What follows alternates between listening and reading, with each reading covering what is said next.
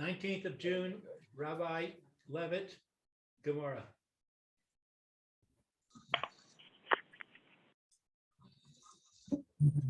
My internet is disconnected, so I have to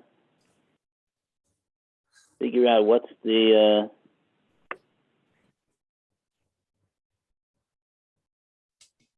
to make a phone call to Etrog, my provider, and see what the it's been like this. Mm. Oh, interesting name, Etrog. Yeah. Maybe they're not letting them in now. Etrogim. Yeah, maybe. They have Kaddish feed, so that's a problem. Yeah, that's true.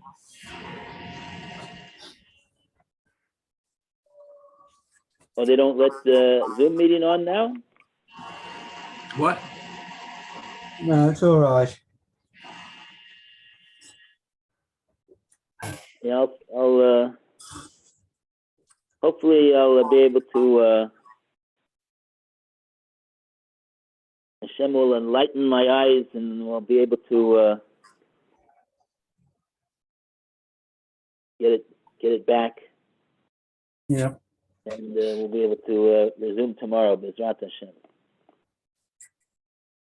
Amen. Okay, so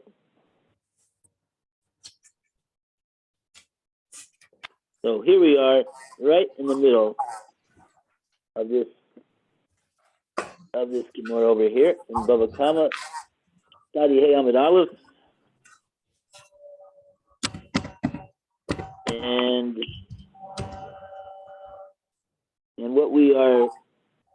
where are we holding? Were we holding in the Gemora? Were we holding in the Rashi? Seem to have not made any record of where exactly we're holding, unfortunately. I know we have not turned the page to Amud, or have we? Have we turned the page to Amud Base yet? No. No, we're just on the Footnote, we're at the very bottom. Yeah, we're just about to. Okay. So We're talking about produce and improvement of produce. okay, so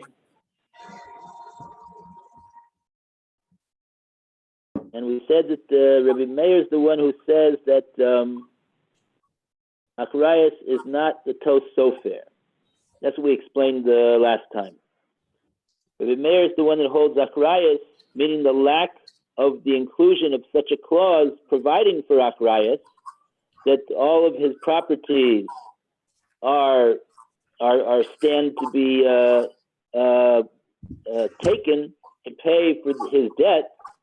In the absence of that clause, when we find that the document has no such clause, according to Reb Meir, we do not say that, oh, it's definitely a tos sofer, because there's no such a thing as a person who lends his money to a borrower and doesn't demand to have a full achrayus of all of his nechassim, of the nechassim, the property of the borrower, to stand ready and waiting to repay the loan in the event that the borrower does not defaults on his loan.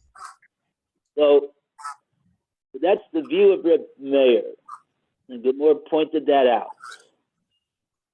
And then the Gemora said a stark revelation, uketani, and lo and behold, if we take a look in the Brisa lists these 5 different claimants that collect only from mechorim, properties that they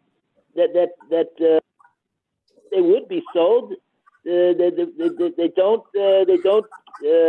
cannot be taken away from the buyer to pay for the obligation of the seller.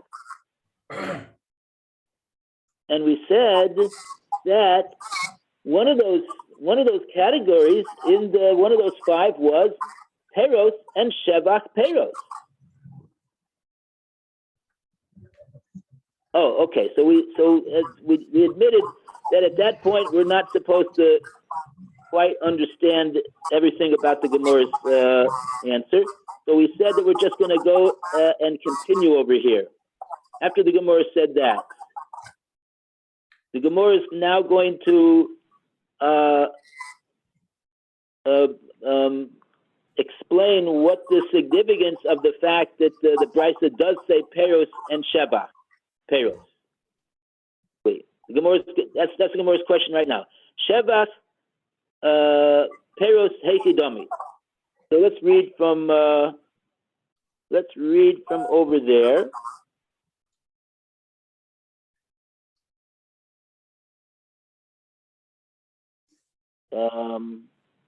Where can that be found? That's 3 lines from the bottom of the page. Shevach, peros, Shevach peros heikidomi. 95A4, left-hand column, last line. Okay, so Roy, would you like to read? Yeah, I can find it. 90A4, right. What are we doing?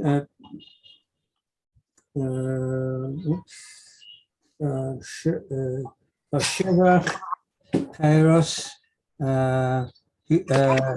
hikidami.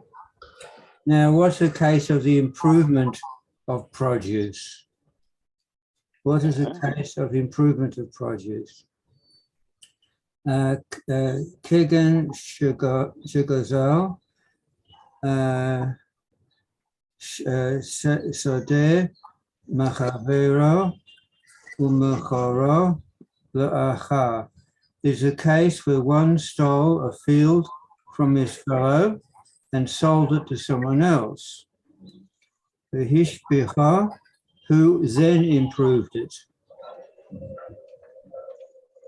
V'heiray he yatza'ah metachas yado, and it now leaves his possession as is in its improved state by a court's order to restore it to its rightful owner. Kashehu gover, and the Brisa rules that when the buyer collects compensation for his loss, turning over to 95B1, gover es hakaren minachosim meshuach shabadin. He collects the principal even from sold property. The is hashevach mechosim b'nei harim, but he collects the improvements he made only from unsold properties. V'asah ba'al ara v'shoftil arai v'shivchei. Now, if the buyer is collecting the principal and improvements from the robber, we see that the original owner of the land comes and takes from the buyer both his lands and his improvements. That is the land that he bought and the improvements that he made. May lo ba'am ha'oretz.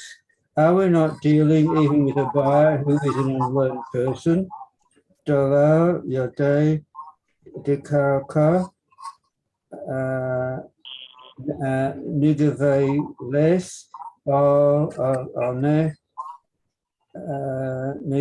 nigazala, who does not know whether land can legally be stolen or not.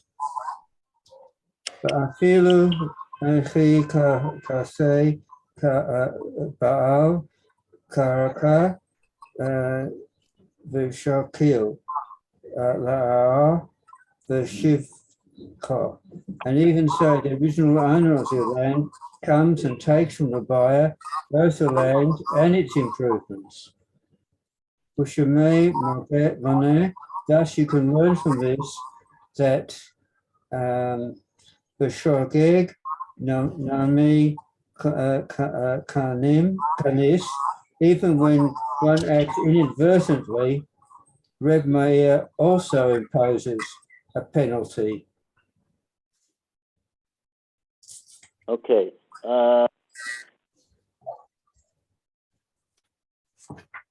Okay, so what the Gemara has proven now is that we see from this Braisa's inclusion of these cases of Shevach Peros, we see the answer to our question. Remember, our question was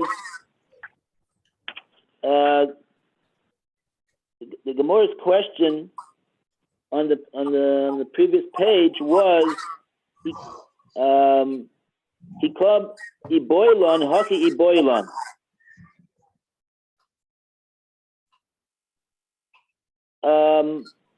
We knew that according to Reb Meir, that he holds that a shinui is definitely koina.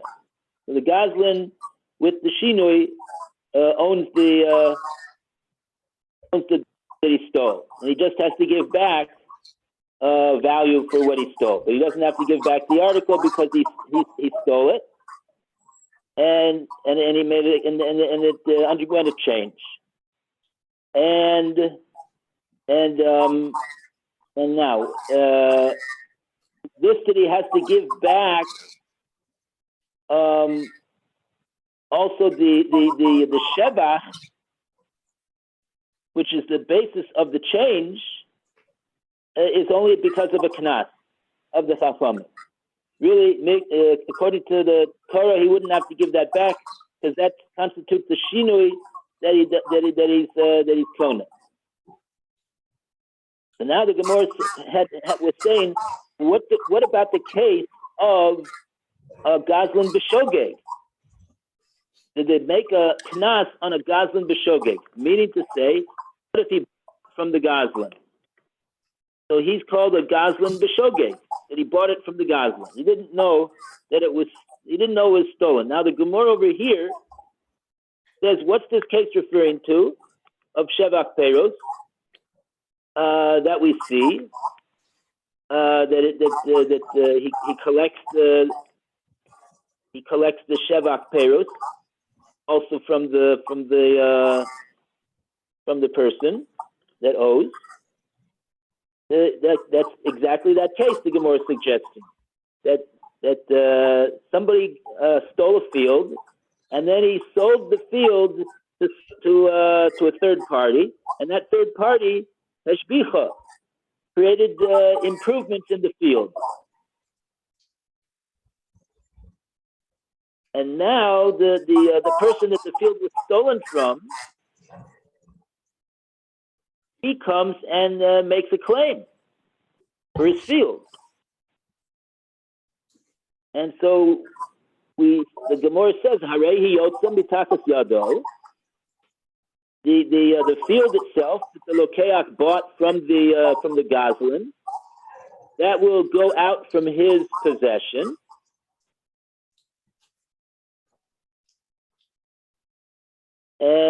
And then ukeshehu goive, when he does make this collection, goive es hakeren min nechasim mishubodim, v'es hashevach min nechasim b'nei chorim.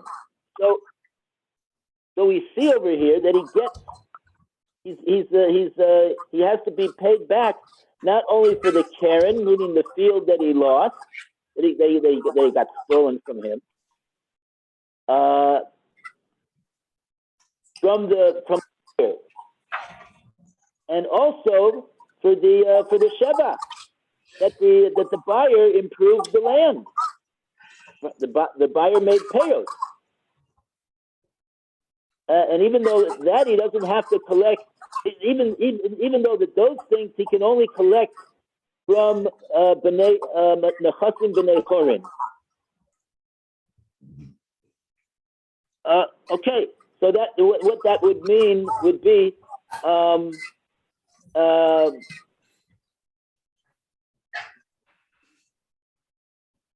basically it means that he would still need to pay it.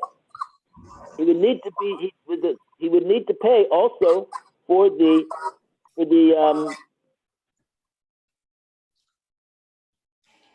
he would need to pay also for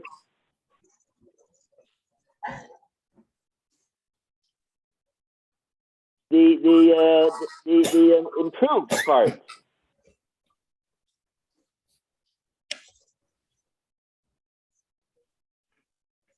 Now, what's the proof of the what do we?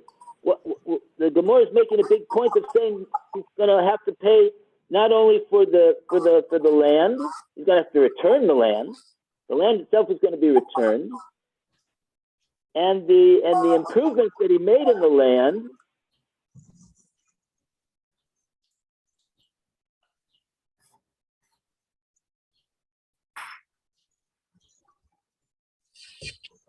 We'll also have to pay for that as well. Okay, you know what? Oh, I see we have a Rashi over here. Let's take a look right away at the Rashi. Maybe Rashi will help us a little bit more over here. Rashi, we should go to the Rashi on the bottom of 90A. That's the Rashi that we just read, when Roy read. Kishahu Goiva. Kishahu Gova that he collects. Kolokea Choser al Gazlan. The purchaser goes back to the robber. Gazlan Ba, because the robber went in a Tal Sadeo and he takes back his he took the field. Kamut, the quantity that's his. Okay, Jose al Gazlan, the purchaser goes back to the thief there.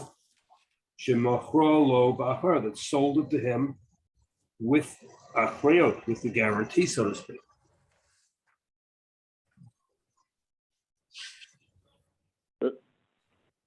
So Rashi is describing what happens over here with the nigzal, the person that the land was stolen from. Lokeach chozer al Gazlan. What does that mean? He's chozer al Gazlan. Shanigzal.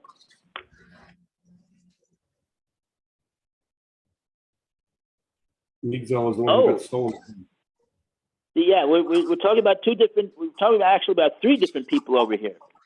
We have three people in the story over here. We have the Nigzal, the one that the land was stolen from. We have the Gazlan. He's the one that stole the land from the owner of the land.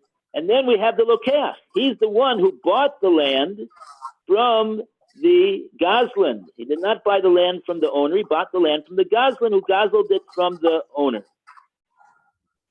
So when the Gemora says Kishahu Goibet, when he comes to collect, so Rashi is telling us that this is not referring to the Nigzal. It's not referring to the one that the land was stolen from. It's referring to the Lokeach, referring to the one who bought the land from the Gazlan. When he comes to collect, and who is he collecting from? He's going to go back, Lokeach chozer al Gazlan. He's going to go back to the Gazlan. He was the one that stole the land, and he sold it to the Lokeach. So he's going to go back. The Lokeach is going to go back to this one that sold him the land, and he's going to get compensated for his loss from the Gazlan. what's the loss that the Goslin, what's the loss that the suffered here? Rashi explains right now. Shehanigzal Bava notel sadeu kemo shehi, because the one that the land was stolen from originally, he's going to come and he's going to take his field as is from who? From this lokeach. He's going to say, sorry that you bought this land from that person that you bought it from, but he did not own the land. In fact, he is a goslin. He gosled the land from me. And so if he can prove that, he's going to take the land away from the lokeach. And now the lokeach, even though he paid money for this land, he now has his land taken away from him. So now, what recourse does the lokeach have? The buyer the buyer who bought it from the goslin. A lokeach chozer ala goslin. He now returns to the goslin, shemachra loy, who sold him this land ba'achrayus.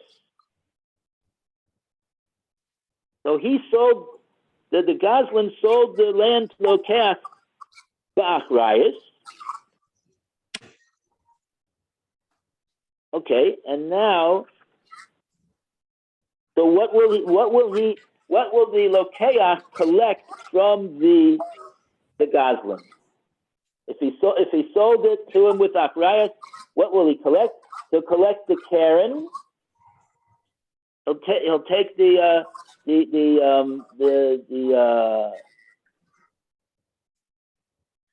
karen of the soda,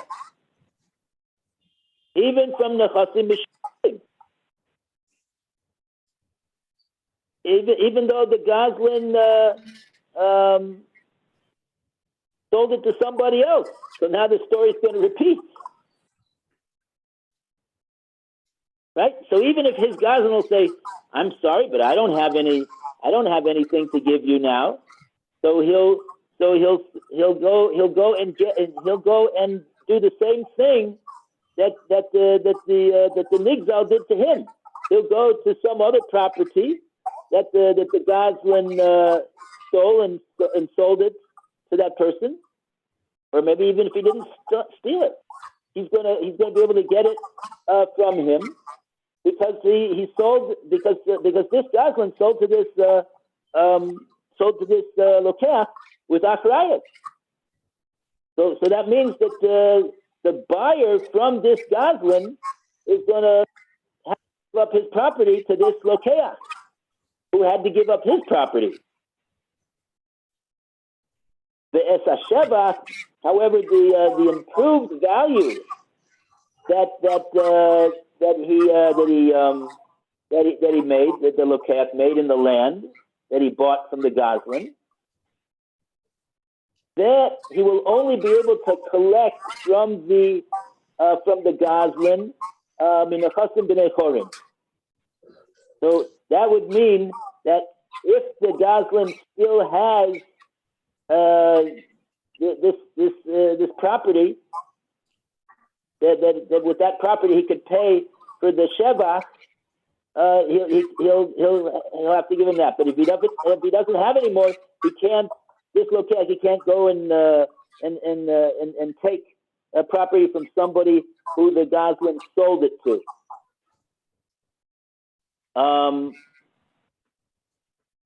Okay, so that's what we got over here. And now with that, we will we'll take a look at this Rashi on the Amud Aleph. I'm sorry, on Amud Beis. The top Rashi on Amud Beis. The lokeach will be able to collect the karen from the chasim mishubadim. Collects from the property which is obligated to code down, because he comes first. Obligated, you're talking about the property that he sold?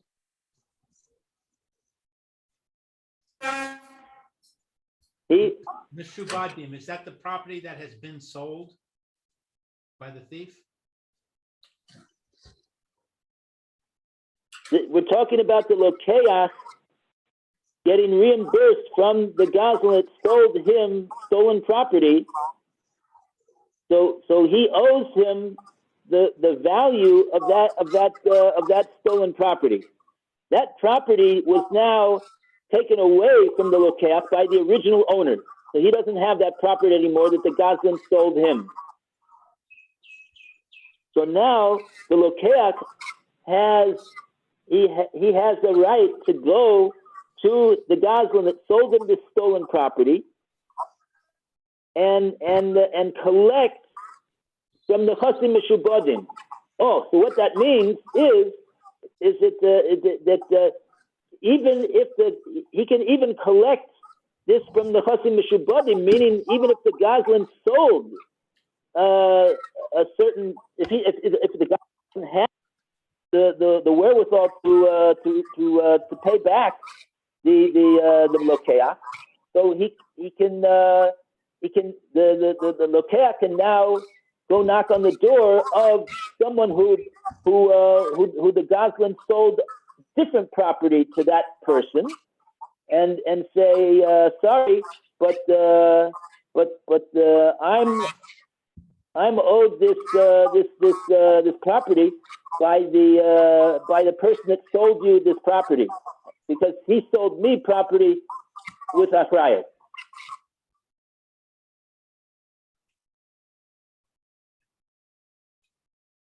So He's got this Mishubadim is the thing that the thief sold. He owned this property and he sold it, and now the buyer is going to come to him and say, I want my money.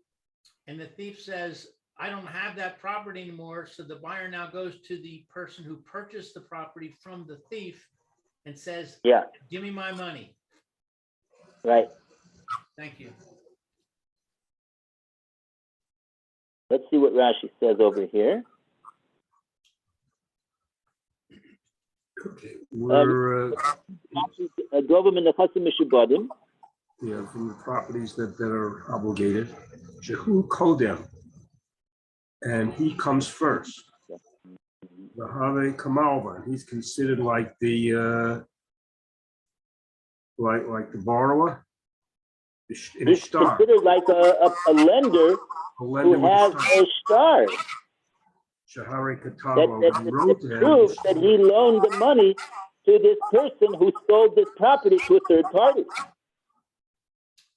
and Shahuri Katavo, because he wrote to him in a star. Hamachira, star of sale. She'im Yitarfu Mimena, that if he will, now that what's that Yitarfu? Yachzor. Means to take away that property from the Lokeach over here. He takes it away, Yachzor, and he goes back, the Yigman, and he can collect it from his properties.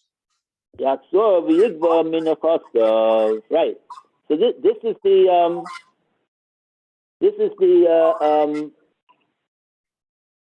what Rashi is saying over here is that, you know, what's this guy gonna say who bought this property from the Goslin? By the way, like Lou correctly pointed out, we don't have to say that this here property here is property that the Goslin stole. This could be property that the Goslin has 100% legally, and he sold that property that he actually owns to this third party, right? So that property, however, is Mechasim Mishubadim, and that buyer will not be able to say. In other words, he's we'll call him buyer number two. Buyer number two can't say to buyer number one, "Look here, I bought this property."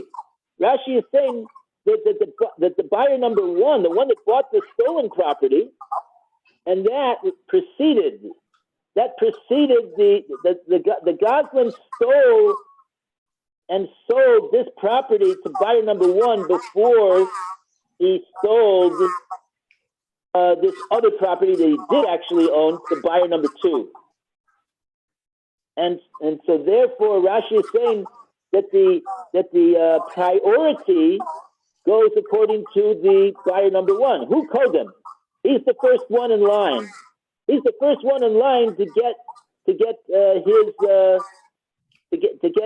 paid off over here for the loss that he suffered as a result of the Goslin's sale of the property to him.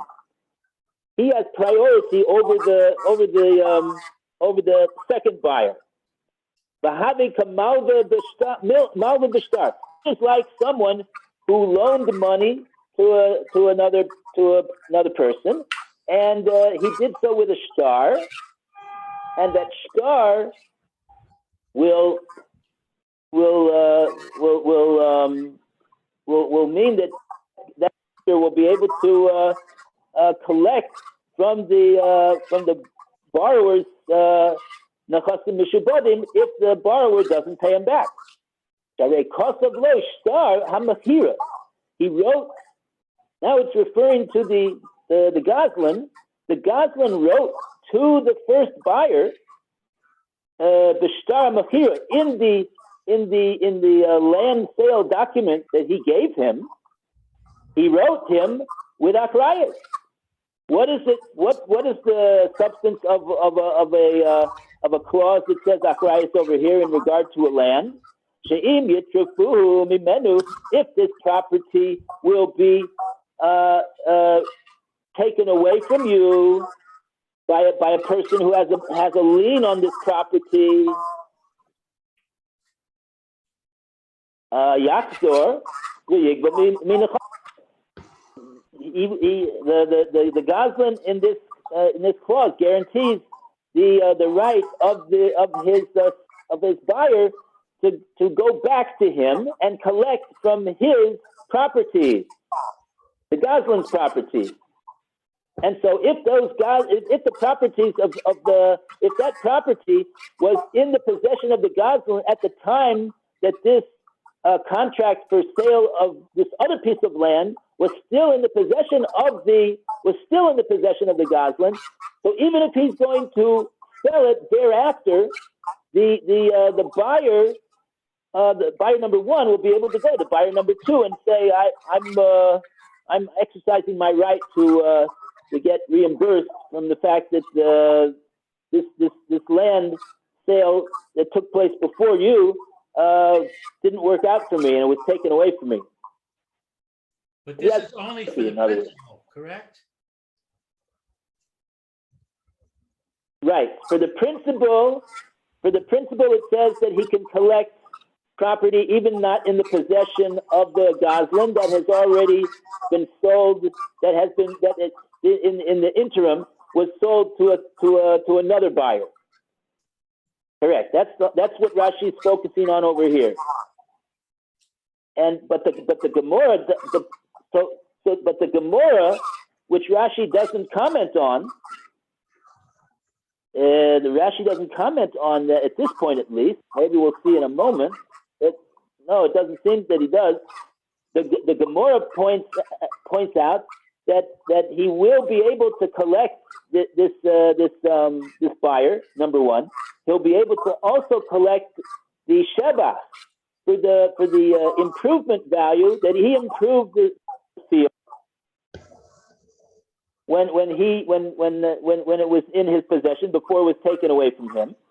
He will be able to collect for that as well, but only from Nechasim B'nei Chorin. Only from properties that are still in the possession, in other words, of the Goslin, that he did not sell them to a third party yet. Okay, but what we do see though is that he is going to collect over here he's going to collect both for what he bought. He's going to collect for the fact that he bought stolen property, and he's also collecting for the fact that that he had to give to the original owner of the land. He had to give back the improvement value. Did he improve the land?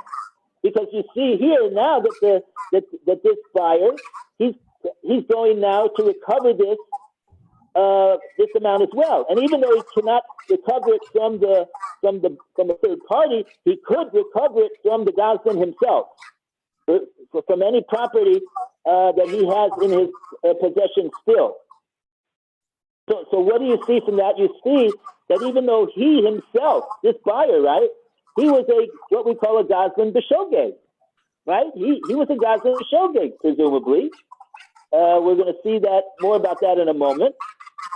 But we see that he had to pay out to the original owner of the field, not only for the field itself, but also for any improvement that the field that he did with the field. And so that should answer our question about whether a Goslin B'Shogeg, was there a knas on the shebach, on the improved appreciation value of that which was stolen and then sold to him. Maybe let's take a look at what the Gemora says now. Maybe that's what the Gemora is saying here right now. Roy actually read this already once, so I'll just read it over again. You probably already forgot. I know that I forgot already what it says over here. So let's just read it again. The Osa Baal Ara B'Shokil Ara. Okay. Exactly. Baruch Hashem. That's exactly what the Gemara is saying over here. What do you see over here from what you see?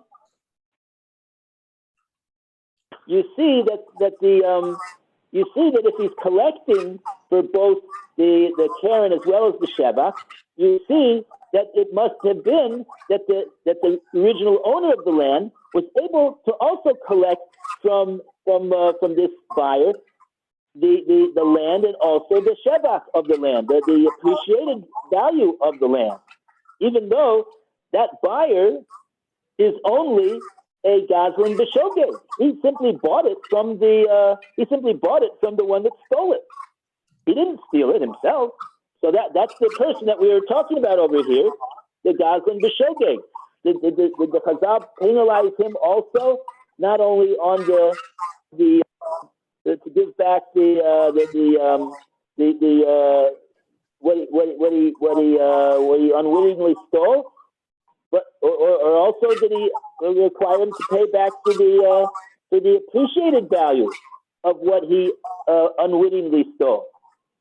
So now the Gemara continues and says, I'm just reading this because Roy already read it. My love, but am ha'aretz. So over here, the Gemara is pointing out, isn't this case dealing with an am ha'aretz? What's the big difference with, what do we have to say that it's talking about an am ha'aretz for? Says the Gemara, because the lo yoda, the karka nigzelis, o eno nigzelis. He's not familiar with the halacha. He doesn't know about the halacha. He thought that in a case like this, where he unwittingly bought stolen property, that he could be able to purchase the property. And like that, we would have a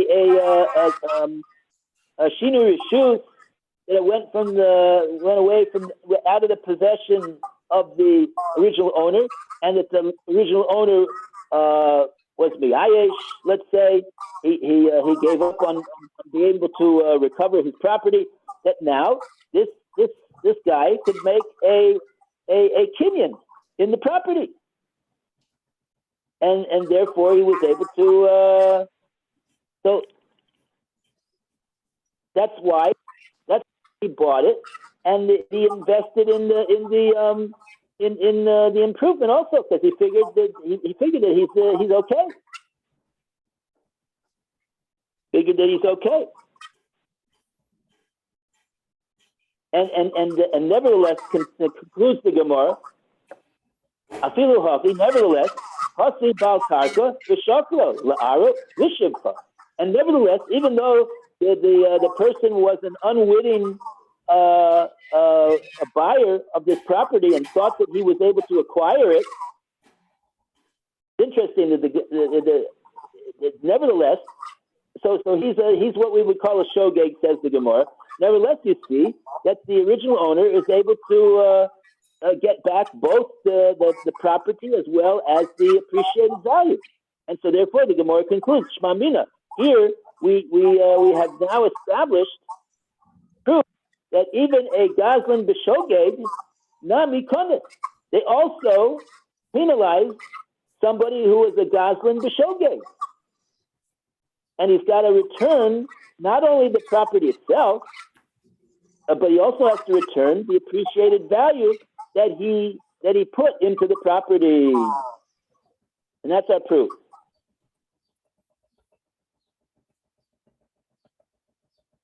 Perfect timing. Perfect timing. Okay. Shkoyach, everyone. Thank you. Have a great day and a great week. Bezrat Hashem, Shvua Tov, everybody. Wait, you forgot to say hooray. Oh, hooray. We finished. Oh, does that mean we don't have to go back and discuss Amid Aleph? Okay, very good. Okay. 95B. Bye. Be well, everybody. Applause. Okay. We could put it behind us. No worries. Okay. Okay.